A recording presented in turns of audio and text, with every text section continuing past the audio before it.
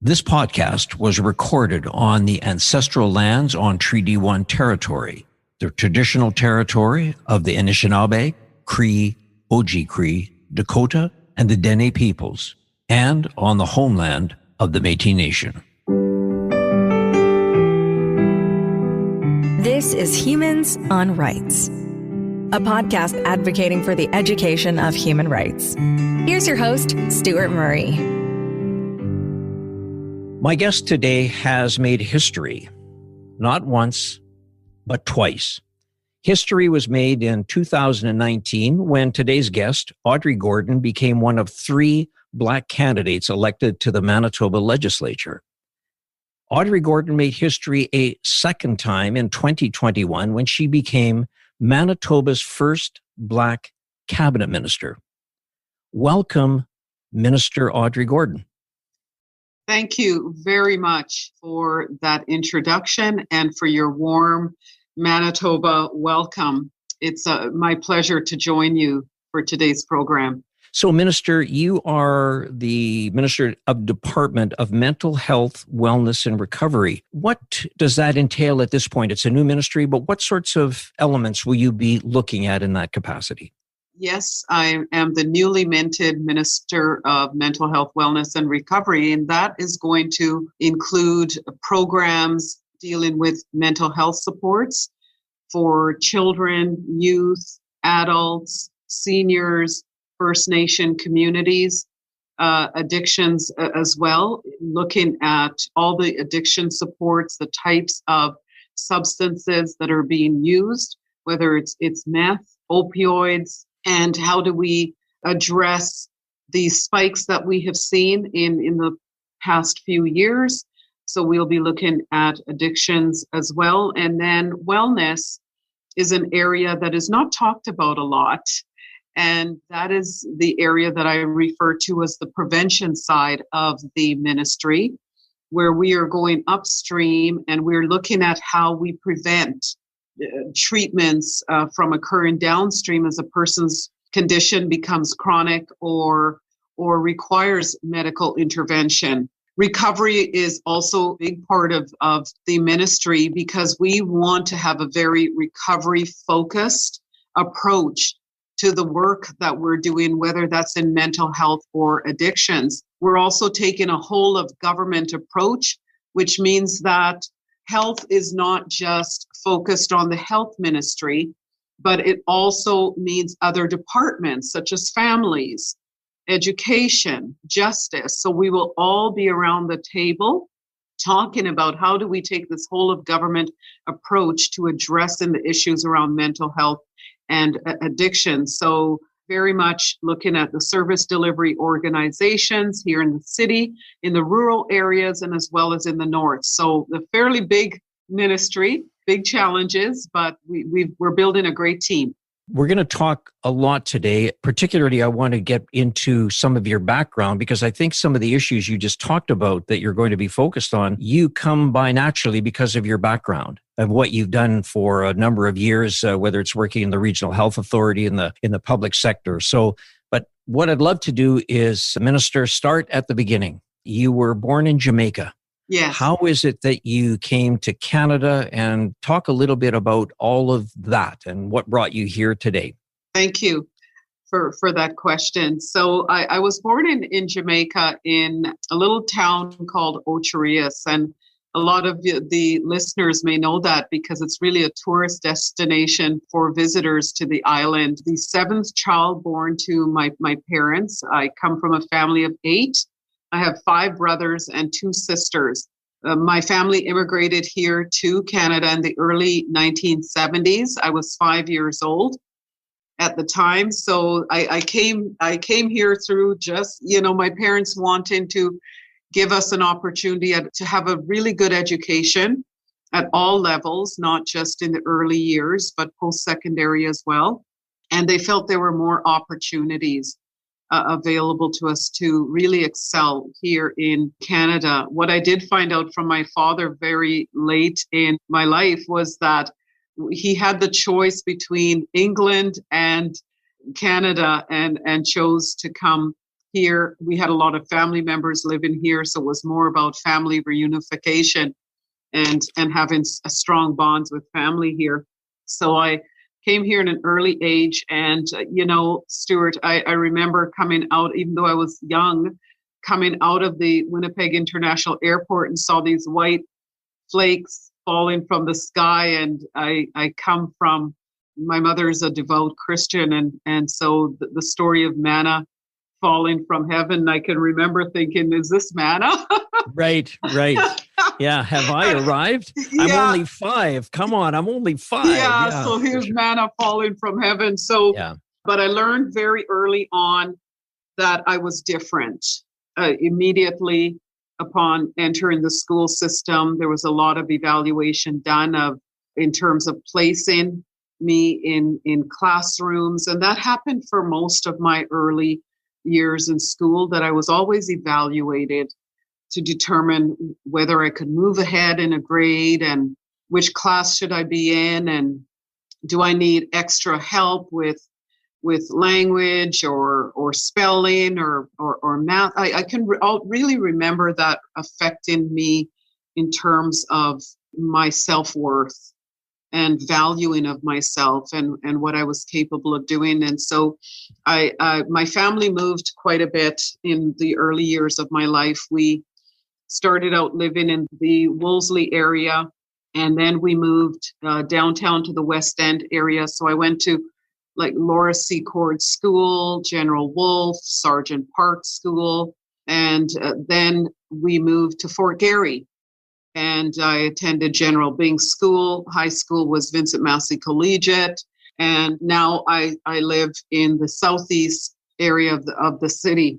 I can't ever remember liking school. I don't remember liking it. It was sort of a means to an end, something you had to do on a daily basis to get the job done. I really didn't develop a love for education until I went to university, because then, of course, I was focused in on what I enjoyed doing. Yeah. So, Minister, let's just stay for a minute. And when you were younger, in terms of school, any activities? Is there, sometimes people aren't that crazy about school, but they have great band programs, or they have, athletic programs. Is there anything that got you kind of interested that was a byproduct of the education system? Well, one of the things I didn't gravitate towards music, but I certainly loved art, and I love sports. And so I tried out for all the sports teams. And remember, I could not make any of the teams because, of course, kids are being groomed in sports from early age here. Where I was coming in, I had never played volleyball before. I'd never played basketball. And so I tried out for all the teams and didn't make any of the teams. But then I heard about, cheerleading. You could be a cheerleader. You could still be at all the games. And I thought, well, I might try that. And so I tried out for cheerleading and made the team. And that helped me to still enjoy my passion for sports, because I was right there at all the games.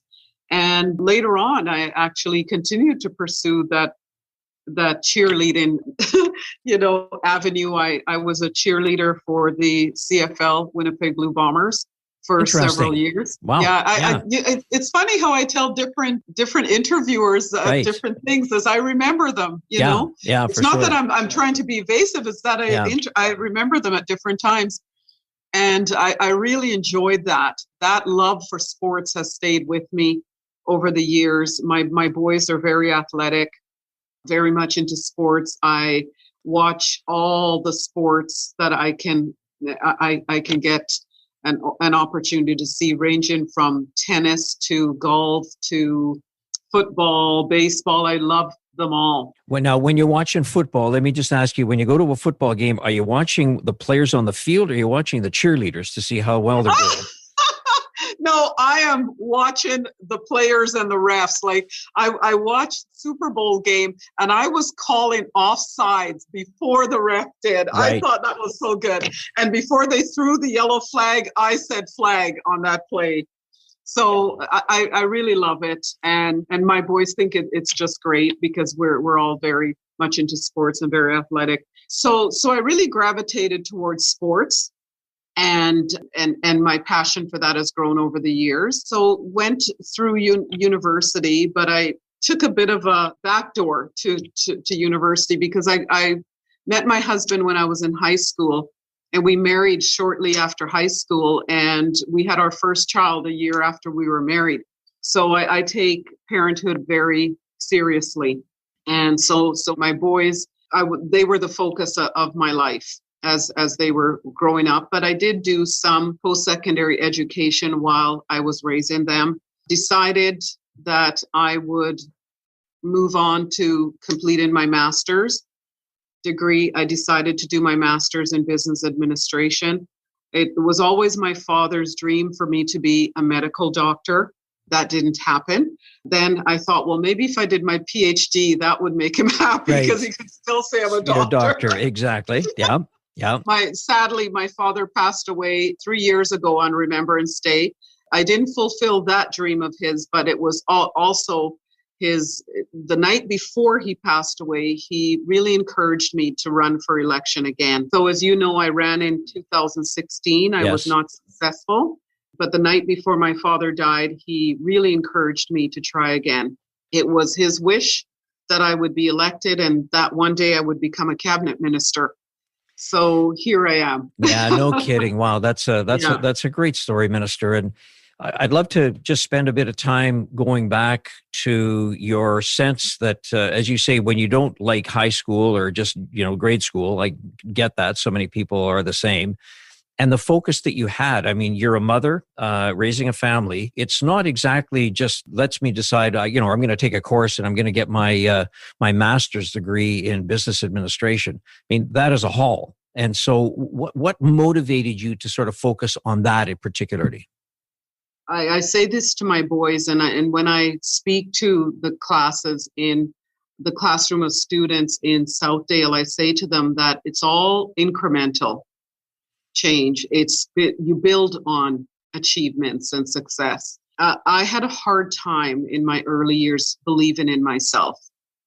I never felt that I was worthy of being successful or having a good life. And that, I think, was in part due to some of the racism I experienced in my early years. I wasn't able to name that until quite a while at a time after that. So when I finished my first certificate in counseling, it inspired me and motivated me to keep going. And so then I did my undergraduate degree. That took me a while to complete because my boys were still young.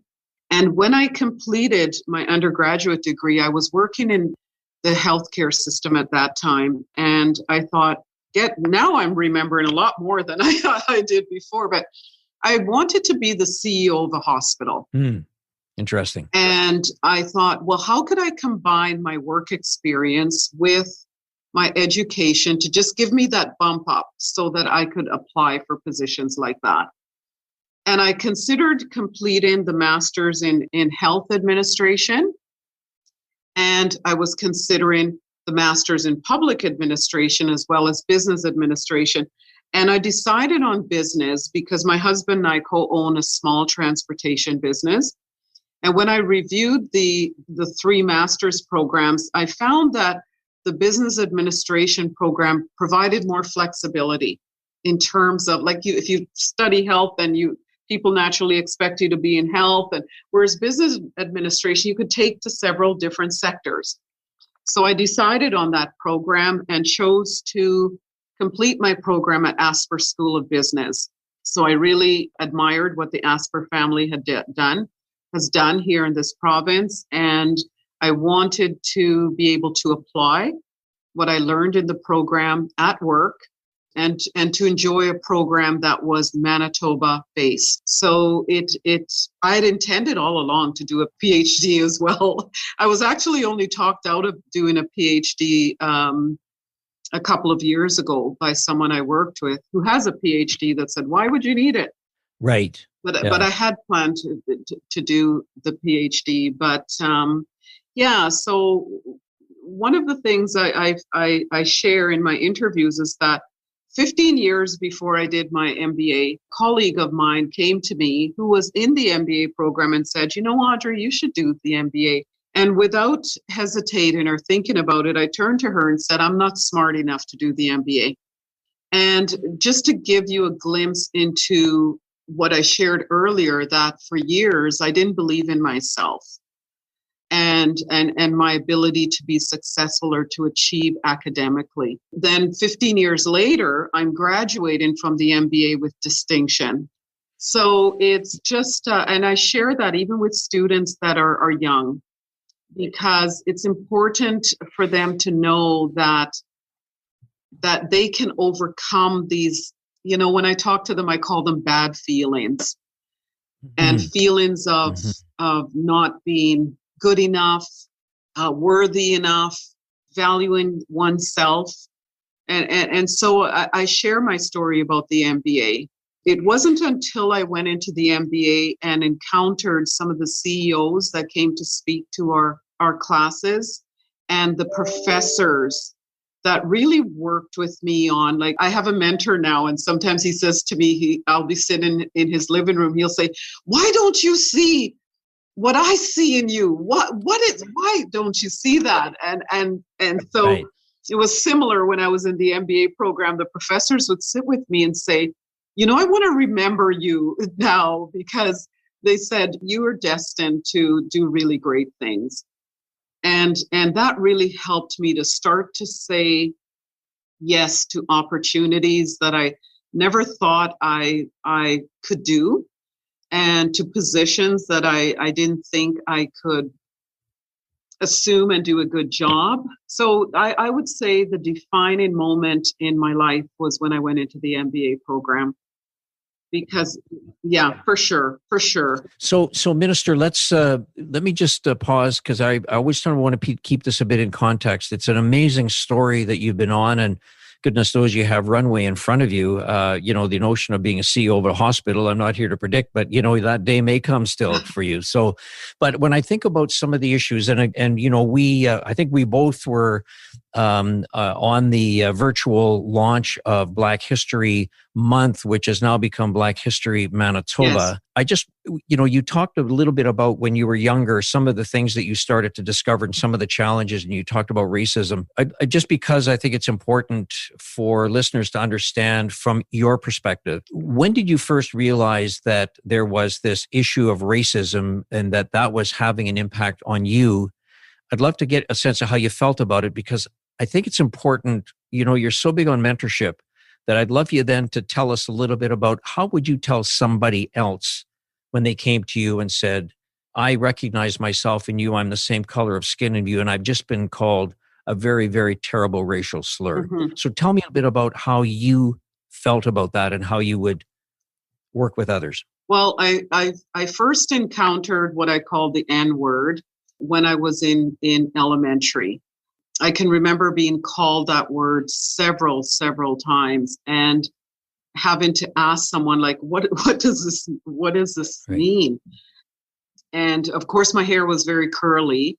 So a lot of teasing about like the curliness of my hair. My parents, I mean, there were 8 children. So we didn't have name brand clothing and all of those things that you see nowadays. But so being teased about not having jeans. I remember when I purchased my first pair of jeans, it was after I had saved up some money from babysitting. And I remember we lived in the West End at the time, and there was a thrift store on Sargent, and I went into the thrift store, and that's where I bought my first pair of jeans. So I remember it so much from elementary school, and just that being beaten up and taunted and bullied. And I remember one day it was wintertime, and I was made to put my tongue on a chain link fence. Right. So things like that, and that really, as I said, really chipped away at my emotional state. But I would not have known that then. So if someone comes to me now, I really am impressed with what the school system is doing to call out bullying, to call out racism, to put a stop to it, to hold children and their parents accountable. for their behaviors and their conduct, because it really does, it can destroy lives. So even with mental health and addictions, we talk about what is the root cause and drilling down to the root cause. And sometimes we see that these issues began in childhood or in the early years of school where there was trauma, and the person continues to suffer from that trauma, and they choose to address it with substance use, or they develop mental health issues. So I think it's important, if someone were to come to me, I would say that they need to address it. If it's at the school age, they need to take this up with the school administration and ensure that it's dealt with. Yeah. Minister, it's hard not to have a conversation with a person of color when, the issue of George Floyd comes to mind. To watch that murder happen live on television, as the world did, it's interesting that it has been, to some extent, a pivot for so many people. A lot of white people who are looking at that, and a lot of white people I know came out to the Black Lives for Justice rally, which was unprecedented, in front of the legislative building. But I look at your experience, Minister, growing up, as you say, as a youngster and being, racially bullied and some of those things. When you see something like that happen and you see the response that has happened because of that, and there's others, but let's talk about George Floyd for just a minute. How do you feel about what the reaction is? What's your sense of that? I was at the rally at the legislative building, and I was so deeply moved by what I saw that day in terms of the diversity of the people that came out that day. So it wasn't a Black rally. It was a rally that was attended by people of different ages and backgrounds. So it was coming together in solidarity to address an issue that needed to be talked about. And I was, when George Floyd was killed, I initially didn't say much because I like to be a thoughtful person. So and not a reactive person. So I like to think things through and allow things to just absorb things and be thoughtful about it. And shortly after George Floyd was killed, I experienced a racist incident where my bus bench was vandalized with the N-word. My eyes were, blackened out and things like that. And I was interviewed several times about it. And I said, this is an act of like one person. It certainly wasn't an indication of how my community feels about me, but an individual who wants to divide and cause division within the community and spread their own hate and stereotypes about Black people. I think in one interview, I said that the Black Lives Matter movement was going to be the second coming of the civil rights movement. I don't think this is going to die out. I don't think it's going to peter out, as we would say, and people move on to other things, because I don't think our next generation is going to tolerate it. These are individuals who are activists. Many of them are activists. They are outspoken. They want social justice. And so I'm very heartened by what I have seen. And I hope it continues to take shape and to influence our society to change, because we really need to change. There's no place for racism in our society.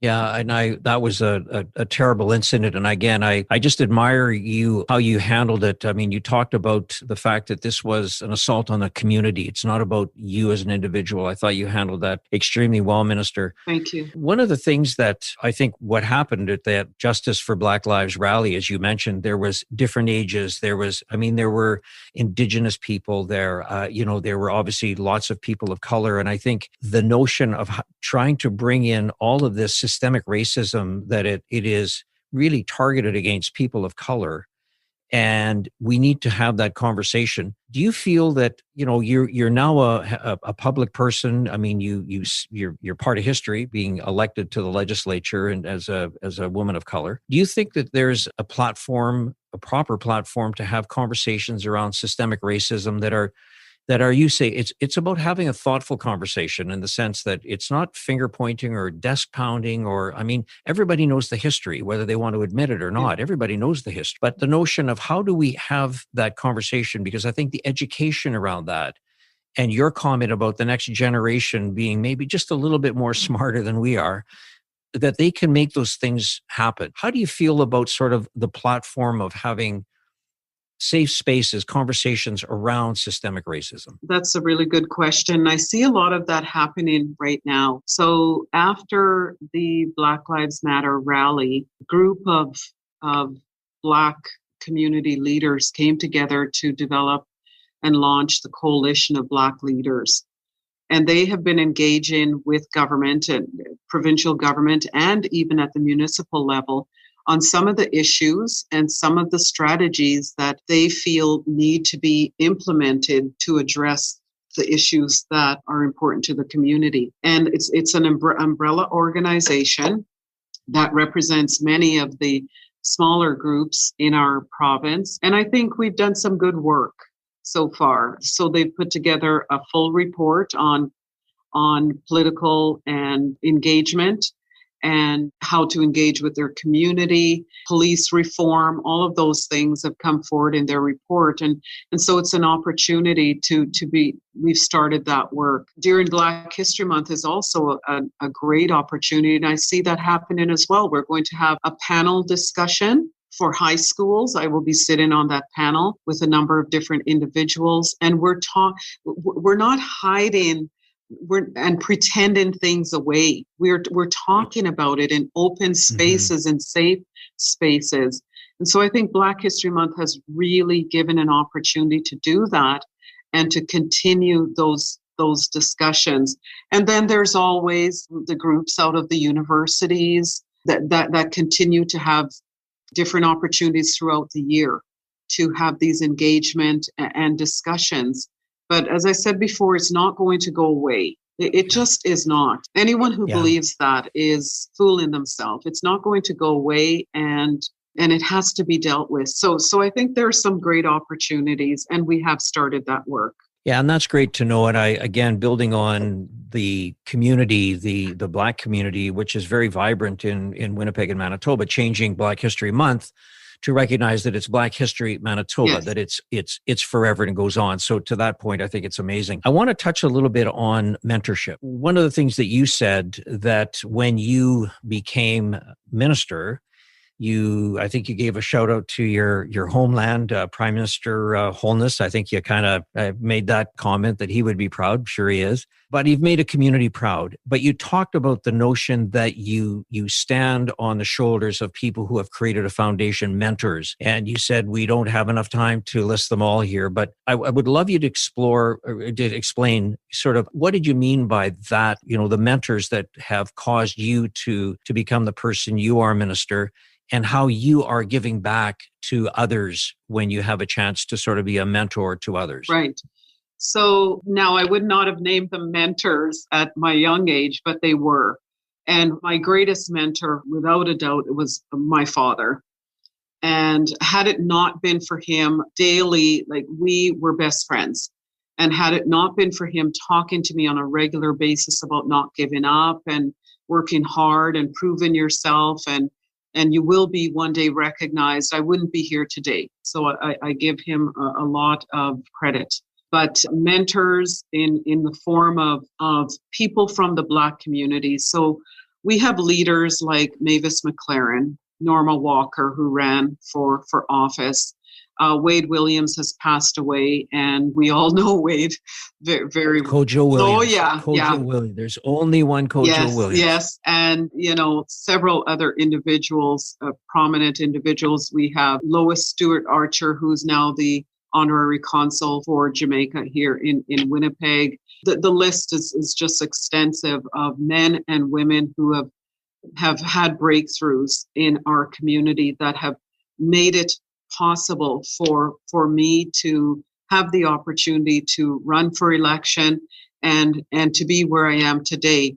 So when I talk about mentors, it's individuals that see your potential and can help to bring that to fruition. So whether they do it through coaching, through ensuring that you study the right program.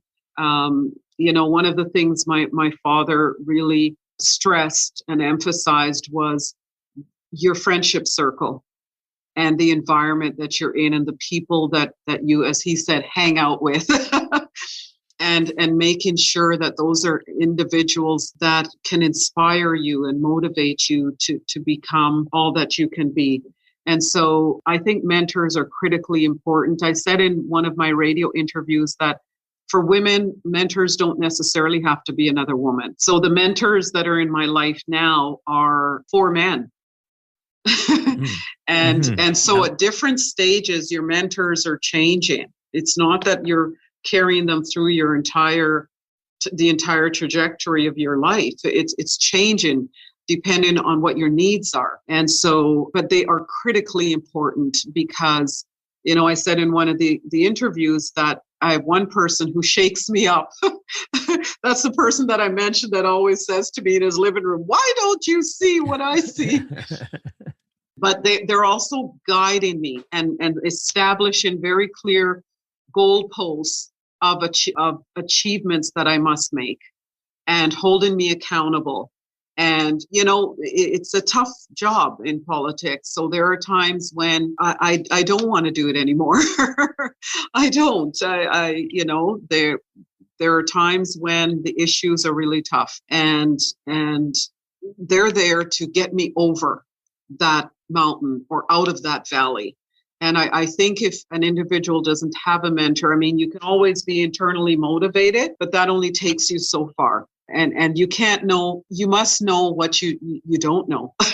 and Right. Those individuals are there to keep you rooted and focused. And so I talk a lot about mentors, and I'm a mentor for several people, men and women, single people, married people, seniors, because, we're always growing and changing and developing. And so we can always use guidance from another individual. So I have acted and continue to be a mentor to several people. And so I stressed that on that day because I was there because I was standing on the shoulders of many people. And I didn't want to give the impression that I got there on my own because I didn't. Yeah, really well said. And so, Minister, you're now going to have the opportunity to allow people to stand on your shoulders. Because the fact of life is that when Manitoba, and we're talking in the year 2019, we're doing this interview in 2021, but the point is that, to have 3 members of the Black community elected to the Manitoba legislature for the first time. And so often, younger people are looking around to say, well, what could my future be?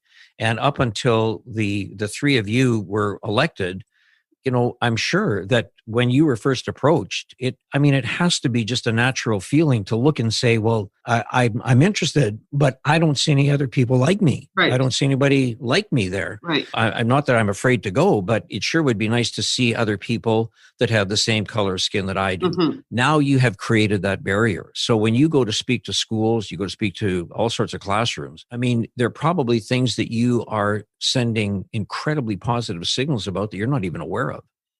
That's quite likely. For Reading Month, I love to read month, and Black History Month fall in the same month of February. And so I try to combine recognition of both months in all my discussions with classrooms. So I go in and, like this year, I went to the older grades, and not just in my constituency. I'm invited to speak in many different schools, and I introduced the commemorative stamp that Canada Post distributes every year for Black History Month. Well, not one person in that room knew about that. Last year, I talked about Viola Desmond. No one knew Viola Desmond. And we're talking about 7, 8, and 9, grades 7, 8, and 9. Yeah. And some teachers that were in the room when I introduced the bill, the $10 bill, didn't know. Right. And so I'm still really troubled by that. I'm really troubled by that. And I think a lot in the evenings and at night when I lay in bed about how can we change this? Like what can I do? I can't talk to every school. And so what can we do to elevate the importance of recognizing the contributions of Black people to our society? So that's always front and center in my mind. And when you talk about the 3 MLAs being the first, one of the things I'm really blessed with, and I have a lot of discussions with my husband about this because he was born in Jamaica, he was raised there, which is different than me. And so we talk a lot about his experiences and how they differ from mine. And in terms of our integration into Canadian society. And one of the things I'm able to do very well is I see myself as a Canadian, period. Right. Right. I love Canada. I love all the freedoms and the rights and I just love the place. I really do. And so I don't have an attachment that perhaps my husband does or other people might have that grew up in the Caribbean. I'm very rooted here. When I thought about running, I was very purposeful in that decision because I wanted to see Black people in the Manitoba legislature. I really did. And Marcus Chambers is a really good friend of mine, and he probably may not have told you, but I was his campaign manager for him too, because and I told him he was going to run. And he's an amazing city councillor and former deputy mayor. But I think it's so important because I can remember when I was in school, I never saw a teacher that looked like me. Never saw a vice principal, never saw a principal. In university, I had an East Indian professor, but no Black professors. And I just thought, like, we've got to make these breakthroughs because young people need to know that this is not out of their reach and that it's possible and that we belong in every place where decisions are being made, everywhere. And so I'm really glad the breakthrough was achieved. And I hope that there will be several other Black MLAs that will come after us. And that's nonpartisan. No, for sure. Yeah. And I think you're right. I mean, I think you've broken some ground. As I said, you've created history. History does repeat. And so it's my hope that you're right, that you get more people that look at this. And, there's a great conversation that I've had with a number of people, Minister, and they say that, diversity is really important. But what is more frankly important than diversity is inclusion. I mean, it's one thing to be invited to the table. Yes. Another thing to have a voice. Yes. And so I think that's what you've done and what you've been able to do. And I wanted to just kind of switch, and I'm going to use this metaphor. I want to switch gears, which means we might talk a little bit about motorcycles. Oh, I love motorcycles. I know it's something that's a passion of yours. Tell me about that. Tell me, what do you drive today if you have one? And how did you get interested in motorcycles? Okay, so I've always loved motorcycles. I'm a bit of a high risk taker. I have a high threshold for pain. And I love fast cars and anything that drives fast.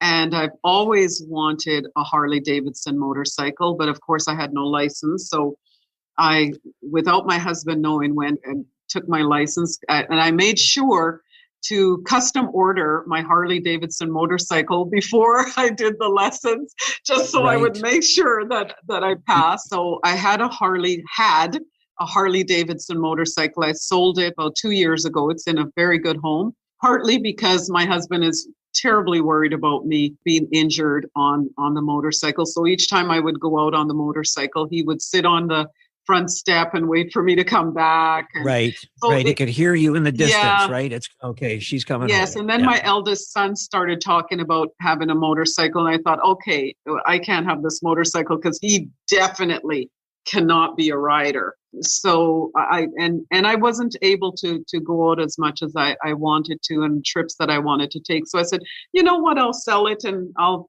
one day come back to it. So I don't have anything now. but have gone into Harley Davidson, Winnipeg. Yes, many times. Many times to look around. Have taken a turn or two on friends' motorcycles, but it's a passion of mine. I hope to get back to it. I love it very much. I really love it. Yeah. Yeah, no, I suspect you will, Minister. And thanks for sharing that. It's always great to get a different personality or a different side of people's personality. When you're in politics, they tend to sort of drive down a certain lane, and to sort of know some of these other parts of your history and what makes you go. Yes. It's a fascination. And I'd like to, just as we kind of wrap up, Minister, I'd like to ask you if there is a movie or a documentary. I'm always looking to see if there's some call to action that you might give a shout out to anybody who's listening. So is there a movie or a documentary, whether it's to do with systemic racism, or just anything that you would look at that you would suggest people have a look at? So one of the documentaries that I would highly recommend, it's the 6th annual Media That Matters Film Festival. It's called A Girl Like Me. It's directed by Carrie Davis, Kiridavis,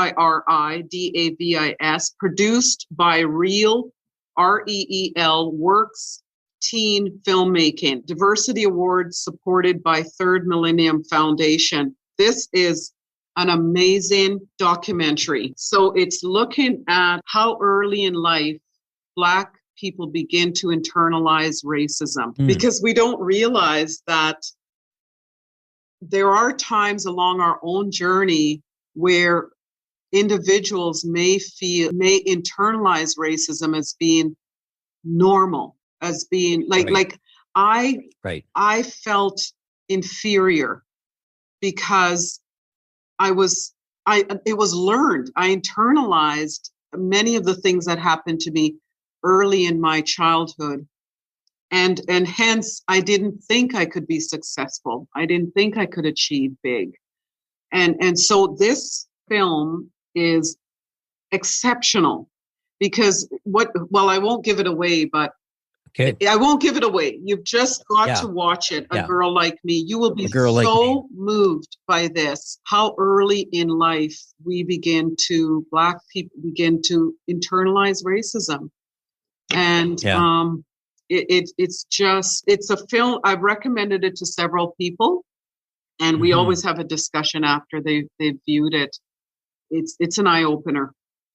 Okay, thank you for sharing, and I'll make sure we put it up on our website also. Yeah, and then there's a book I would recommend, The Skin. The Skin We're In, and it's by Desmond Cole. So he exposed the racist actions of the Toronto police force, detailing the dozens of times he had been stopped and interrogated under the controversial practice of carding. So this story came to national prominence. And the reason I bring this one up is because I have 2 boys. They're young, they're adults now. But one of my sons in particular has been stopped several times. And, I read this book after he shared with me some of his experiences because he's a little hot-headed, So when he's stopped, he immediately, it's got to be because I'm Black and all of those things. Right. And we discuss it. And I think Desmond Cole's book really sheds some light on that issue. So those are the 2 that I would recommend. That's fantastic. I'm just going to ask you, as I have done in the past with some of the other guests, if there's an artist that you would say, just the best going, the best thing for the soul. Well, the best thing for the soul is Bob Marley. Without, I talked to my husband and I said, it's too bad that man died at such a young age but when I listen to his songs now, I say, how did he know about some of these things? How was he able to foresee this? Like he was singing about this years and years. Like we celebrated, his 76th birthday? I think it was last. Yeah. And I thought, wow, his music still resonates, is still relevant to present day experiences. Yeah. And perhaps to some extent, Minister, even more. Yes. Just because it's becoming a broader, I mean, a lot of people sort of got it. And, the notion that it was sort of, reggae music. And so that became a thing. Well, it is still a thing for sure. But what is now really more important is the message of that reggae music. I mean, I think it's just, Yeah, he was a master, an amazing, iconic human rights individual, and his music will live on for sure. Oh, for sure. And thanks for sharing. So, Minister Audrey Gordon, what a great pleasure just to spend a bit of time to get to know you as a person. And thank you for being so open and sharing some of the things that you have experienced. As I said at the outset, you've achieved some amazing things, and the great sense of hope is that you still have runway in front of you to continue to do wonderful things. I will be, it's my turn now that I can be the cheerleader on the side to cheer you on. Thank you. Just as you started out when in your life. So thank you very much, Minister. Really appreciate your time. Thank you very much for your time. I really enjoyed talking with you. I hope we can get together soon when these COVID restrictions are lifted for a face-to-face coffee or tea or discussion. Thank you for the opportunity. I look forward to it. Humans on Rights is recorded and hosted by Stuart Murray. Social media marketing by the creative team at Full Current in Winnipeg. Thanks also to Trixie May Bituin. Music by Doug Edmond. For more, go to humanrightshub.ca. A production of the Sound Off Media Company. Hi, I'm Michelle Davis, host of Maverick Makers. Every week, I'm meeting entrepreneurs and intrapreneurs who are making it happen. These bold thinkers are taking big risks, are trailblazing the way in their industries and lives, and are changing how things are done or made. You will learn about their journeys, their lessons learned, and their biggest Maverick moves to date. Listen to Apple Podcasts, Spotify, Amazon Music, or at maverickmakerspodcast.com.